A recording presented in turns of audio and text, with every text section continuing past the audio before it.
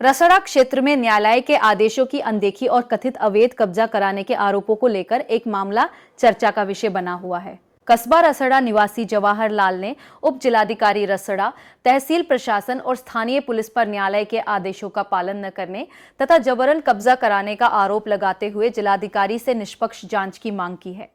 पीड़ित के अनुसार उन्होंने फरवरी 2026 में जिलाधिकारी से शिकायत की थी, जिसके बाद तहसीलदार द्वारा जांच रिपोर्ट प्रस्तुत की गई। बाद में तहसीलदार ने आदेश जारी कर माननीय दीवानी न्यायालय की डिग्री के अनुसार कब्जा दखल में व्यवधान न होने देने और शांति व्यवस्था बनाए रखने के निर्देश दिए थे। परिवार का आरोप है कि इसके बावजूद भारी पुलिस बल की मौजूदगी में उनके सहन में कब्जा कराने का प्रयास किया गया और न्यायालय के आदेशों की अनदेखी की गई। पीड़ित पक्ष ने प्रशासनिक अधिकारियों की कार्यप्रणाली पर सवाल उठाते हुए सुरक्षा और निष्पक्ष कार्रवाई की मांग की है। मामले में उप जिलाधिकारी रसड़ा का पक्ष जानने का प्रयास किया गया, लेकिन कोई विस्तृत प्रतिक्रिया सामने नहीं आई। पूरे प्रकरण को लेकर क्षेत्र में चर्चाओं का दौर जारी है।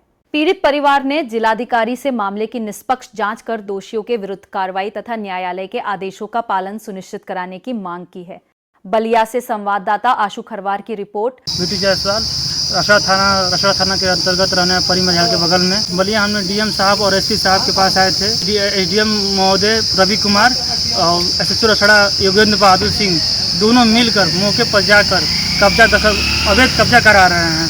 हमारे सिविल न्यायालय से आदेश होते हुए भी मौके पर आकर वो लोग विपक्षी गण द्वारा मिली भगत होने के कारण 4 पिलर आकर गड़वा दिए हैं। हमने फिर डीएम साहब को पतना पत्र दिया कि इस मामले में तक जांच किया जाए। उन्होंने कहा, आश्वासन दिया कि आप जाइए, वहाँ जो भी अवैध रूप से होगा आश्वासन दिए कि निष्पक्ष जांच होगी। ये बताइए कि जब शासन प्रशासन द्वारा ही मिली भगत होगी तो हम लोग किसके यहाँ गुहार लगाएंगे। ज़मीन मेरी बेनामी की ज़मीन है। 1960 में हमने ज़मीन लिया। 64 में जो आज हम विवाद कर रहा है, 64 में उनके बाबा खुद केस कर जूनियर सिविल न्यायालय में केस किए और 70 में हार गए। फिर उन्होंने सिविल न्यायालय सीनियर डिवीजन में केस किया, फिर वहाँ भी हार गए। फिर उन्होंने इलाहाबाद तक गया, इलाहाबाद खारिज हो गए। वो हारने के बाद उनके वंशज फिर पुनः हमको परेशान किया जा रहा है। हमारे न्यायालय के आदेश होते हुए भी फिर वो हार गए। उसके बाद उन्होंने नगर पालिका से बोल दिया कि जाकर वहाँ नलकूप विभाग गाड़ लीजिए, जो हम जमीन हमारा नहीं हुआ तो आपका हो जाए। तो नगर पालिका आकर वहाँ नलकूप विभाग गाड़ने लगा। फिर हम लोग 1980 में यहाँ सिविल न्यायालय में जूनियर जज के पास आए। उन्होंने अपना फाइल किया। 88 में हमारे पक्ष में डिग्री हो गया कि कब्जे दखल में कोई भी विधान उत्पन्न ना किया जाए, ये आदेश पारित हो गया। उसके बावजूद सहन का केस चला और उसमें विधान ना उत्पन्न होने का आदेश पारित हो गया। 1960 में महसी प्रसाद से गौरी शंकर, जो उनके पिताजी का नाम गौरी शंकर था, जमीन था 67 डिसमिल। 2420/1 में 64 डिसमिल, 12, 15, 16, 17 में 1-1 डिसमिल जमीन विवाद। उनके वंशज फिर दोबारा आकर हावी हो रहे हैं। सारा कागज मौजूद होने के बावजूद रिपोर्ट लगाने के बाद माननीय हम लोग डीएम साहब के 9/2/2026 में हम लोग माननीय डीएम साहब के पास पहली अर्जी लगाई। उन्होंने आश्वासन दिया कि आप जाइए, निष्पक्ष जांच होकर रिपोर्ट आप जो भी सही होगा सही जांच होगा।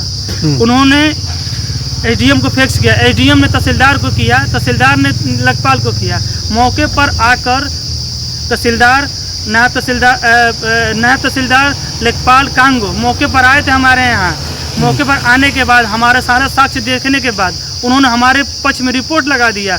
वहाँ तहसीलदार साहब का रिपोर्ट में ये दर्ज हुआ कि प्राकृतिक भूमि पर जो विवाद हो रहा है उस पर सिविल न्यायालय का आदेश है, अतः सिविल न्यायालय का आदेश को अमानना सिविल न्यायालय का आदेश है, उस पर कब्जा दखल में कोई व्यवधान उत्पन्न ना होने का आदेश पारित है। रिपोर्ट लगा दिया। फिर उसके बाद फिर दोबारा हम लोग डीएम साहब का 18/5/2026 में पुनः स्मृति पत्र दिए कि मौके पर हम बनाने जा रहे हैं, विपक्ष मुझे रोक रहा है। कि श्रीमान से निवेदन है कि तहसीलदार को आदेश दिया जाए कि अवैध हस्तक्षेप रोका जाए। उन्होंने आदेश दे दिया।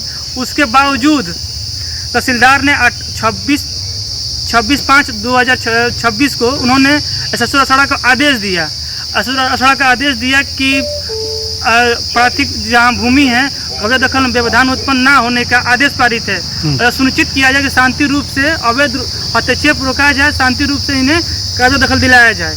वो SHO के पास हम लोग जब फाइल लेकर गए तो योगेंद्र बहादुर सिंह कह रहे हैं कि ऐसे तहसीलदार कौन होता है हमको आदेश देने वाला। ऐसी बताइए उनकी भाषा है।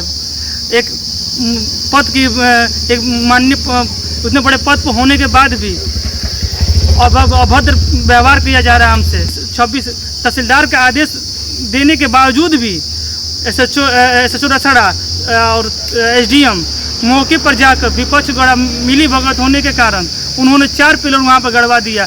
वहाँ सिविल न्यायालय का आदेश होते हुए न्यायालय के आदेश को तार करते हुए भी उन्होंने वहाँ पर जाकर 4 पिलर वहाँ पर गाड़ दिया। विरोध की है, कोई सुनने वाला शासन प्रशासन जब मिल जाएगा तो हम लोग किससे विरोध करेंगे, कहाँ जाएंगे बताइए। योगेंद्र बहादुर सिंह जो SHO रसड़ा का इस समय प्रेजेंट टाइम में है और SDM रवि कुमार, दोनों ने कहा कि जो करना है जो कर लो, जाओ जिससे करना है कर लो, हम पिलर गड़वाएंगे। हम हाथ जोड़ते रह गए। हम अपने वीडियो में फेसबुक अपनी आईडी से, बिट्टू जायसवाल की आईडी से हमने अपलोड भी किया है। हम लोग निवेदन कर रहे हैं लेकिन निवेदन नहीं मान रहे हैं। वो अपने पद का दुरुपयोग कर रहे हैं। हाँ, वहाँ पर 40-50 फोर्स लेकर आए थे, जैसे हम लोग आतंकवादी हैं वैसे फोर्स लेकर आए थे हेलमेटों पहनकर। वो कह रहे हैं कि और ज़्यादा करोगे तो योगेंद्र बहादुर सिंह कह रहा है कि ज़्यादा कुछ बोलोगे अभी लाठी चार्ज कर देंगे, सबको बंद कर देंगे। अन्य आदमी हम लोग कहाँ जाएंगे। अब वही हो गया ना कि अपना ज़मीन भी करें, न्यायालय से आदेश भी लाएँ और उसके बावजूद वो लोग आकर हमारे मौके पर आकर हमें परेशान किया जा रहा है। मतलब आप न्यायालय का कोई आदेश का कोई मान्य नहीं है। अब स्थिति ये है कि 4 पिलर गड़वा दिए।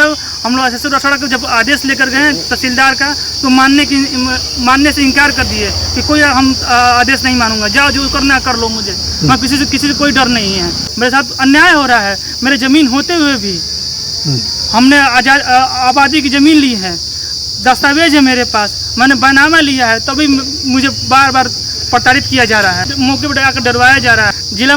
जिला अधिकारी से हम लोग गुहार लगाए। उन्होंने कहा कि आप स्वतंत्र रहिए, आपका निष्पक्ष जांच होगा। हम ये कहेंगे कि अगर शासन प्रशासन द्वारा मिली भगत हो जाएगी तो हम लोग कहाँ जाएंगे, किसके पास जाएंगे। हम ये चाहते हैं कि इस पर अच्छे से जांच होकर जो सही है वही हो। माननीय सबसे निवेदन है कि हमारा ज़मीन लूटने से बचाया जाए।